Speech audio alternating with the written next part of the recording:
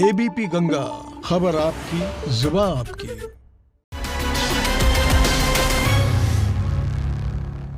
गिरगिट सरकार को उखाड़ फेंकने के वचन देने वाली सरकार नहीं चलेगी, नहीं चलेगी, नहीं चलेगी। भाजपा हाय हाय हाय हाय हाय। त्रस्त जनता आज शीर्ष शहर है।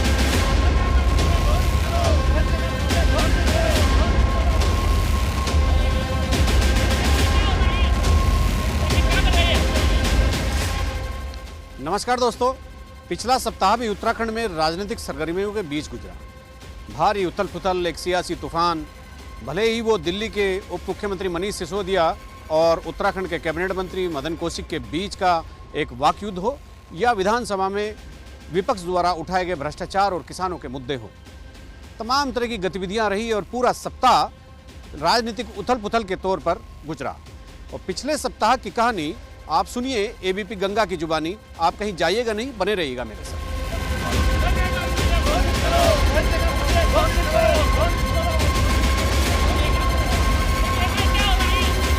उत्तराखंड में पिछला सप्ताह राजनीतिक हलचलों से लबालब रहा। एक तरफ दिल्ली के उप मुख्यमंत्री मनीष सिसोदिया बनाम उत्तराखंड के कैबिनेट मंत्री मदन कौशिक प्रकरण ने उत्तराखंड की राजनीति में तूफान खड़ा किए रखा, और दूसरी तरफ विधानसभा में विपक्ष का हंगामा और जन सरोकारों के मुद्दों पर सरकार की घेराबंदी। सिसोदिया ने कहा कि 4 साल सरकार को हो गए हैं, 5 काम गिना दीजिए, मैं खुली बहस को खुले मंच पर तैयार हूं। कौशिक ने इसे स्वीकार तो किया, लेकिन समय और स्थान नहीं बताया। सोमवार से शुरू हुआ विधानसभा का सत्र, जिसमें जबरदस्त तरीके से एक घेराबंदी सरकार की करने की कोशिश रही। कांग्रेस ने पूरे रणनीतिक तौर पर इस मामले को अंजाम दिया। कोरोना पॉजिटिव होने के चलते मुख्यमंत्री सदन की कार्रवाई में भाग तो नहीं ले चुके, लेकिन वो वर्चुअल जुड़े। सरकार की तरफ से संसदीय कार्य मंत्री मदन कौशिक ही विपक्ष से जूझते रहे। इसलिए पूरा सप्ताह पूरी तरह से आम आदमी पार्टी, भाजपा और कांग्रेस के त्रिकोणीय संघर्ष की गाथा को लेकर गुजरा। पानी, रोजगार, लोगों की आमदनी, इन आमदनी में बढ़ोतरी, ये सब ऐसे चीज़ें हैं जो 5 साल पहले लोग सोचते थे कि क्या सरकार के हस्तक्षेप से ये चीज़ें ठीक हो सकती हैं, लेकिन आज हुई हैं और ये दिल्ली के लोगों ने देखा है। ये दिल्ली में केजरीवाल मॉडल ऑफ गवर्नेंस है। वहीं उत्तराखंड मॉडल ऑफ गवर्नेंस में अभी वर्तमान में देखें तो स्टिंग मॉडल ऑफ गवर्नेंस है। वहाँ पे 5 चीज़ें नहीं हैं जो उत्तराखंड के मौजूदा मुख्यमंत्री जी गिना सकें कि हमने 5 चीज़ें ये की हैं। और मैंने चुनौती दे के कहा है, फिर कह रहा हूँ यहाँ प्रेस वार्ता में भी दोहराना चाहता हूँ कि 5 चीज़ें नहीं हैं उत्तराखंड के मुख्यमंत्री त्रिवेंद्र सिंह रावत जी के पास बताने के लिए कि मैंने उत्तराखंड की जनता के लिए की हैं, जिसकी वजह से पूरे उत्तराखंड के लोगों के जीवन में पॉजिटिव बदलाव है। त्रस्त जनता आज चेंज चाह रही है, और उस चेंज में केजरीवाल मॉडल ऑफ गवर्नेंस आज एक विकल्प के रूप में, मजबूत विकल्प के रूप में यहाँ पे उपस्थित हुआ है। सभी 70 सीटों पर चुनाव लड़ेंगे। आप बैठिए मेरे साथ, 100 काम गिनवाऊंगा। 5 की क्या बात है, 100, 5 तो कुछ भी नहीं है। 100 काम एक सांस में कि हाँ हमने इतने काम किए। सिसोदिया जी ने जो कहा, मैं इससे सहमत नहीं हूँ। उन्होंने उत्तराखंड को पहले देखा नहीं है, पहली बार आए और पहली बार ये कह के चले गए कि कुछ नहीं हुआ। ऐसा नहीं है। 2000 में राज्य बना, और राज्य बनने के बाद बहुत कुछ है इस राज्य के अंदर। अब देखिए, मनोज सिसोदिया ने कौन सी बात किस परिप्रेक्ष्य में कही, उसका जवाब तो वही दे पाएंगे। लेकिन सरकार ने कहा कि हम तैयार है चर्चा के लिए, तो भाई अभी तो मनीष सिसोदिया और मदन कौशिक के बीच का मामला है, वो जाने क्या इस पर चर्चा करना चाहते हैं, क्या कहना। उत्तराखंड की विशेष पहाड़ी स्थितियाँ हैं। ये कोई मैं दिल्ली थोड़ी है कि अभी मोटरसाइकिल चलाई और 50 किलोमीटर दूर पहुँच गए, दूर दूर है। तो उन्होंने भी जनता को ये संदेश देना चाहा, हम आएंगे तो हम इसे दिल्ली बना देंगे। अरे भैया, पहाड़ को पहाड़ी रहने दो। अब ठीक है, सरकार ने उसे स्वीकार किया चैलेंज को, तो उसका जवाब दें, लेकिन वो भी अधिक अहंकार में बोल रहे हैं। तो अभी तो उनकी ये स्थिति नहीं कि वो एक भी सीट जीत सके। जैसा कि आप जानते हैं कि आम आदमी पार्टी उत्तराखंड में बहुत ही घोषित तौर पर चुनाव लड़ने के लिए आ रही है। उन्होंने घोषणा भी कर दी है कि हम उत्तराखंड की सभी 70 विधानसभा सीटों पर चुनाव लड़ेंगे, और जनता ने हमें ऐसा लड़ने के लिए एक सर्वे के दौरान एक तरह से न्योता दिया है।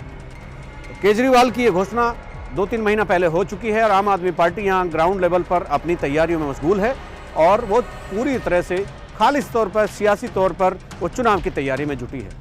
लेकिन पिछले दिनों एक घटनाक्रम ऐसा हुआ कि दिल्ली के उप मुख्यमंत्री मनीष सिसोदिया अपने 2 कार्यक्रम करने अलग अलग दिन पर देहरादून और हल्द्वानी आए, और शायद इस चुनाव से पहले जो सियासी समर शुरू हो रखा है उसमें उनका एक ये पहला दौरा था। और मनीष सिसोदिया ने उत्तराखंड के चीफ मिनिस्टर को जीरो वर्क्स चीफ मिनिस्टर बताते हुए कहा कि यहाँ पर प्रचंड बहुमत वाली त्रिवेंद्र सरकार को 4 साल पूरे हो चुके हैं, और 4 साल में वो 5 काम हमें गिन के बताए, हमारे सामने बैठकर बताए। मैं खुली बहस को खुले मन से स्वीकार कर रहा हूँ, खुले मंच पर एक खुली बहस होगी, और मेरी ये चुनौती है कि 4 नहीं 4 साल के 5 काम भारतीय जनता पार्टी की सरकार गिनाए कि उन्होंने क्या किया।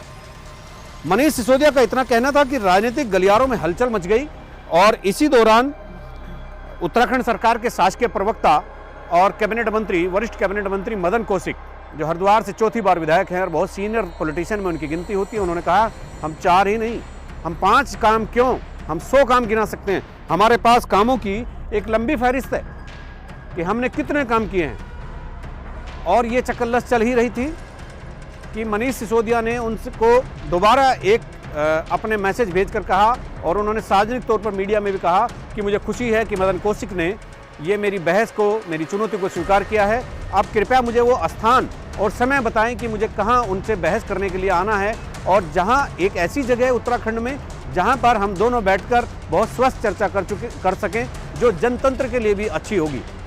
लेकिन इतना ही था। मदन कौशिक को जब लगा कि ये मामला बहुत आगे हो रहा है तो उन्होंने कहा कि मैं उत्तराखंड में नहीं, दिल्ली में चर्चा करूंगा, और उन्होंने दिल्ली की तरफ ये गेंद बचने के लिए फेंक दी। और चूंकि मदन कौशिक भी समझ चुके थे कि उत्तर प्रदेश में भी जो एक चुनौती उत्तर प्रदेश के मंत्री ने मनीष सिसोदिया को दी थी, तो वो मंत्री भी मनीष सिसोदिया की बहस में नहीं आए। इसी को देखते हुए मदन कौशिक ने कहा कि मैं दिल्ली में उनसे बहस करूंगा, उनके स्कूलों में, उनके अस्पतालों में। सिसोदिया लेकिन अपनी बात पर कायम थे। सिसोदिया ने कहा कि उत्तराखंड के मुद्दों पर उत्तराखंड में चर्चा होगी और दिल्ली के मुद्दों पर दिल्ली में चर्चा होगी। Kejriwal model versus Trivendra Rawat model, ये एक बहस चल रही थी। जब दिल्ली की बात मदन कौशिक ने अपने बचने के लिए कही तो सिसोदिया ने कहा मैं 2, 3 और 4 जनवरी को उत्तराखंड में रहूंगा, देहरादून रहूंगा। तो कृपया मदन कौशिक मुझे ये बता दें कि वो इन तारीख में से किस दिन और कहां उपलब्ध होंगे। मैं उनसे खुली बहस करना चाहता हूं कि 4 साल में उत्तराखंड की त्रिवेंद्र सरकार ने 5 ऐसे कौन से काम किए हैं जो पब्लिक को भा गए हों, या पब्लिक को बहुत के लिए बहुत फलदायी साबित हो गए हों, या पब्लिक जिन पर वाह वाह कर उठी हो। दरअसल बात इतनी सी थी कि उत्तराखंड दौरे पर आए दिल्ली के उप मुख्यमंत्री मनीष सिसोदिया ने राज्य के मुख्यमंत्री त्रिवेंद्र सिंह रावत पर आरोप जड़ते हुए उन्हें जीरो वर्क्स सीएम की संज्ञा दे डाली। और इसके बाद सिसोदिया ने कहा कि उत्तराखंड की त्रिवेंद्र सरकार अपने 4 साल के कार्यकाल में जनता को समर्पित 5 काम गिनवा दी, और वह इस काम के लिए किसी भी समय कहीं पर भी खुली बहस को तैयार है। इस बात को लेकर सरकार में पसरे सन्नाटे को तोड़ते हुए कैबिनेट मंत्री मदन कौशिक ने कहा 5 ही क्यों, हम 100 काम गिनवा सकते हैं। इतना जवाब आना था कि सिसोदिया ने उसी दिन कौशिक के सवाल का जवाब देते हुए कहा कि मुझे खुशी है कि कौशिक जी ने चर्चा कराया जाना स्वीकार कर लिया है, वो मुझे समय और स्थान बताएं, मैं पहुंच जाऊंगा। वैसे मैं 2 से 4 जनवरी तक उत्तराखंड में रहूंगा। इन तारीखों में से यदि मदन कौशिक कहीं भी किसी भी स्थान पर कहेंगे तो मैं हाजिर रहूंगा। लेकिन कौशिक ने इस मामले में यू टर्न लिया और इस बहस से बचने के लिए कहा कि हम उत्तराखंड में नहीं, दिल्ली में जाकर सिसोदिया के सवालों का जवाब देंगे। लेकिन सिसोदिया भी कहां पीछे रहने वाले थे।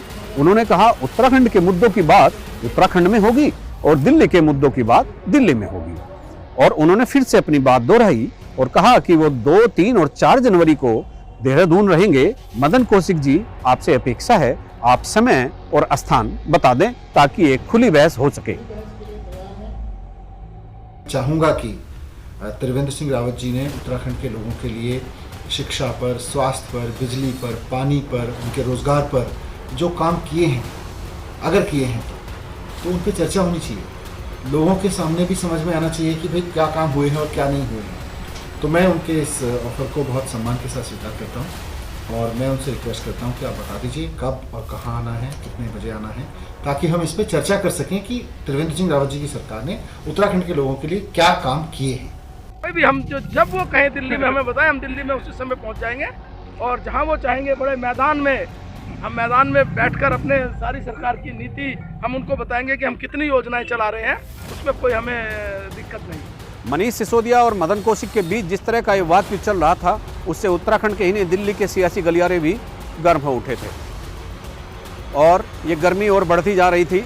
और जब अंत में सिसोदिया ने ये कहा कि मैं 2, 3, 4 जनवरी को उत्तराखंड में रहूंगा, कृपया मदन कौशिक बताएं कि उन्हें कहां और किस मंच पर और किस जगह किस तारीख को बहस करनी है। मैं उनसे 4 साल में किए गए 5 काम जानना चाहता हूं। उसके बाद मदन कौशिक का कोई संतोषजनक उत्तर नहीं आया और इसी बीच में विधानसभा का सत्र शुरू हो गया और ये सत्र वो बहस का जो गर्माहट थी वो सत्र में बदल गई और सत्र में मुख्य विपक्षी पार्टी कांग्रेस ने सरकार की घेराबंदी की और सरकार को घेरने की कोई कसर बाकी नहीं छोड़ी। उन्होंने मुद्दा किसानों का हो, बेरोजगारों का हो या किसी भी तरह का मुद्दा हो या विकास का मुद्दा हो, उन्होंने भारतीय जनता पार्टी की सरकार से जानना चाहा कि वो बताएं कि उन्होंने किसानों के लिए क्या किया, बेरोजगारों के लिए क्या किया, युवाओं के लिए कौन सी पॉलिसी बनाई। और सत्र का पहला दिन हो रहा था, कांग्रेस ने दबाव बनाना शुरू किया कि 3 दिन के सत्र में जनता के सभी मुद्दों पर चर्चा नहीं हो सकती, इसीलिए सरकार को 1 दिन का सत्र और बढ़ाना चाहिए। और सरकार उनके दबाव में झुकी और उन्होंने 3 दिन के सत्र को 4 दिन का कर दिया।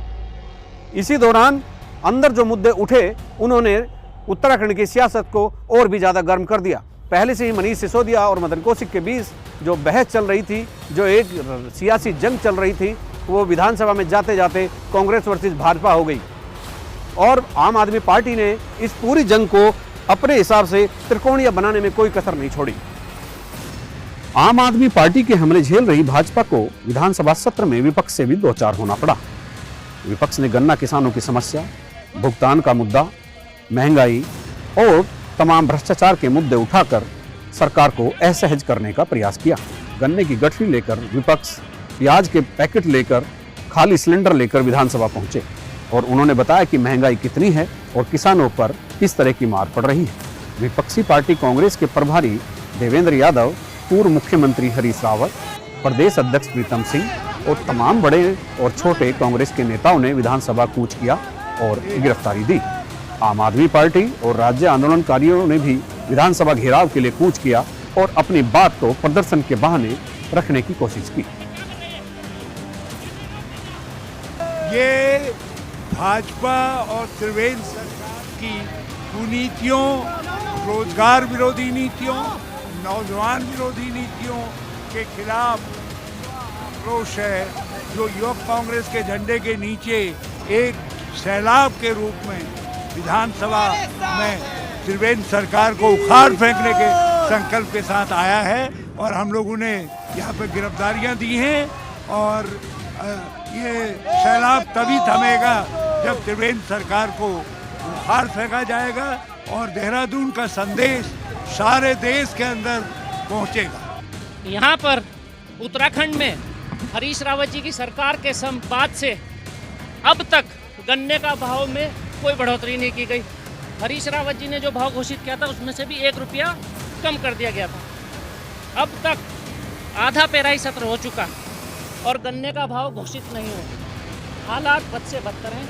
मुख्यमंत्री जी बार बार कह रहे हैं कि प्रदेश में गन्ने का पूरा भुगतान बकाया हमने कर दिया, जबकि इकबालपुर में 175 करोड़ रुपया बकाया है, काशीपुर शुगर मिल का बकाया है और अब लगभग 1.5-2 महीना हो चुका। 1.5-2 महीने में जो अगली पेराई सत्र का है उसका कोई बकाया नहीं हुआ। जहाँ तक घिराव करने का प्रश्न है, सदन में तो कोई दिखे ही नहीं मुझे। अब वो घिराव किसका कर रहे हैं, कहाँ कर रहे हैं, मुझे नहीं मालूम है। और घिराव से भारतीय जनता पार्टी डरने वाली नहीं है। जिसको बात करनी है वो सामने आए, हम बातों का जवाब देने को तैयार हैं। बेरोजगारी और किसानों की समस्या को लेकर के, महंगाई की समस्या को लेकर के विपक्ष के विधायक अलग अलग रूप में हर दिन विधानसभा पहुंचे।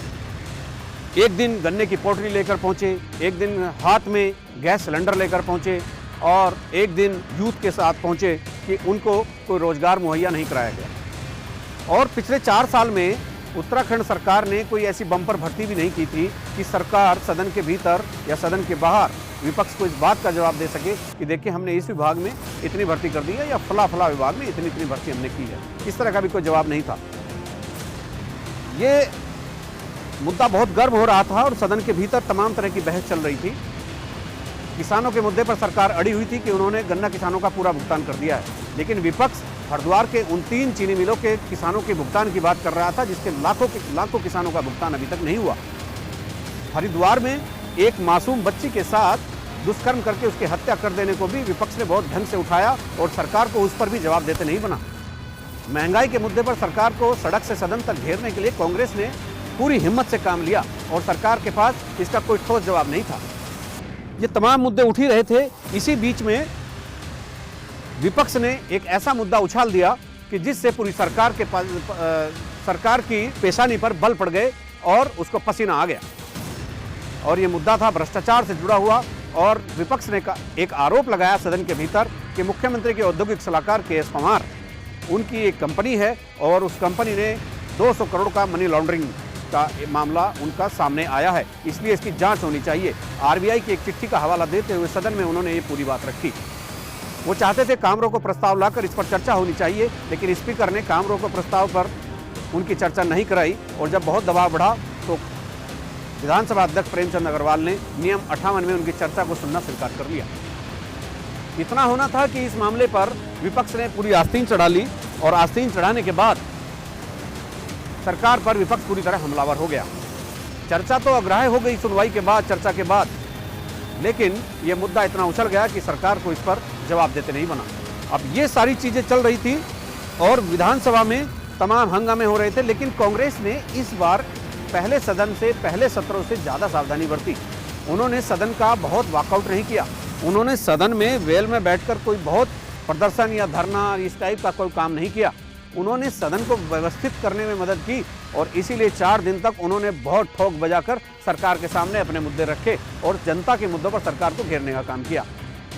कोरोना पॉजिटिव होने के कारण इस बार मुख्यमंत्री सदन में नहीं जा पाए, तो संसदीय कार्य मंत्री मदन कौशिक के हाथ में पूरी बागडोर थी और वो जितने सवालों के जवाब दे सकते थे उन्होंने दिए और उनमें उनकी कुशलता को भी शामिल किया जाएगा, क्योंकि वो अकेले उधर से जवाब देने वाले थे और विपक्ष बहुत हमलावर था। लेकिन इसी दौरान भ्रष्टाचार और किसानों के मुद्दे ने सरकार की आंखों की नींद उड़ा दी। त्रिवेंद्र सरकार को उखाड़ फेंकने के वचन देने वाली सरकार नहीं चलेगी, नहीं चलेगी, नहीं चलेगी। भाजपा हाय हाय हाय हाय हाय। त्रस्त जनता आज शीर्ष से हरी है।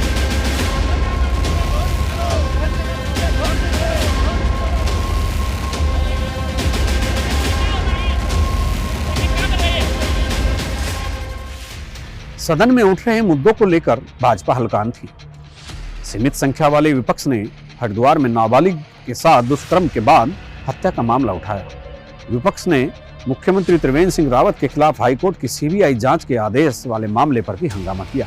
विपक्ष ने कहा कि जांच होनी चाहिए, अगर कुछ नहीं है तो सुप्रीम कोर्ट सरकार क्यों गई।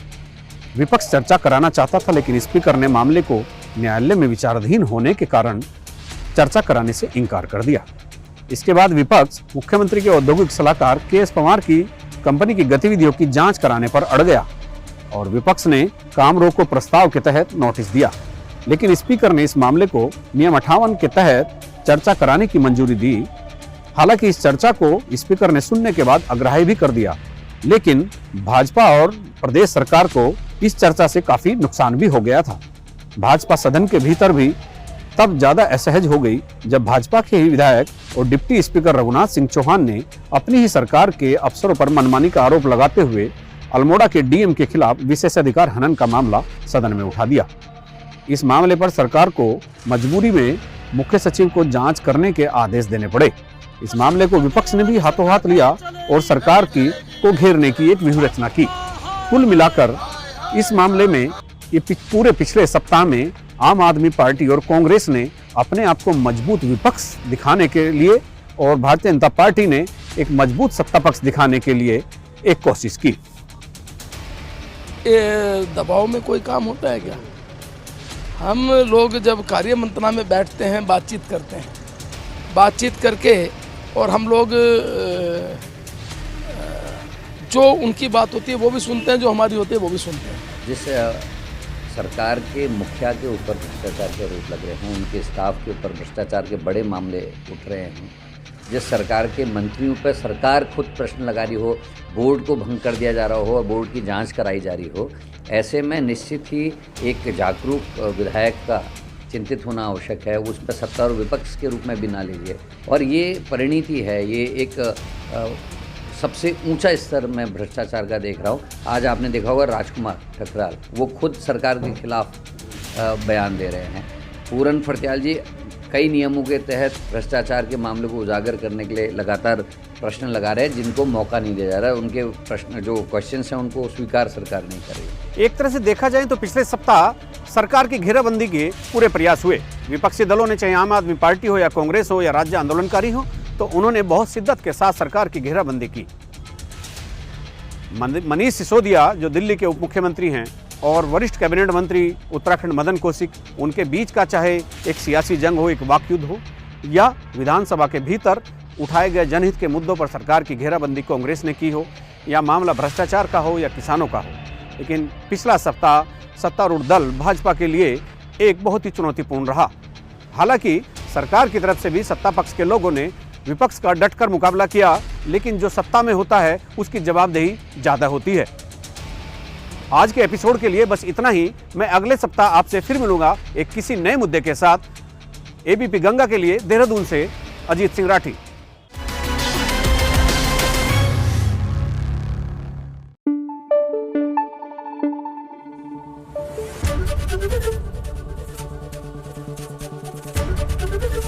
एबीपी गंगा, खबर आपकी, जुबान आपकी।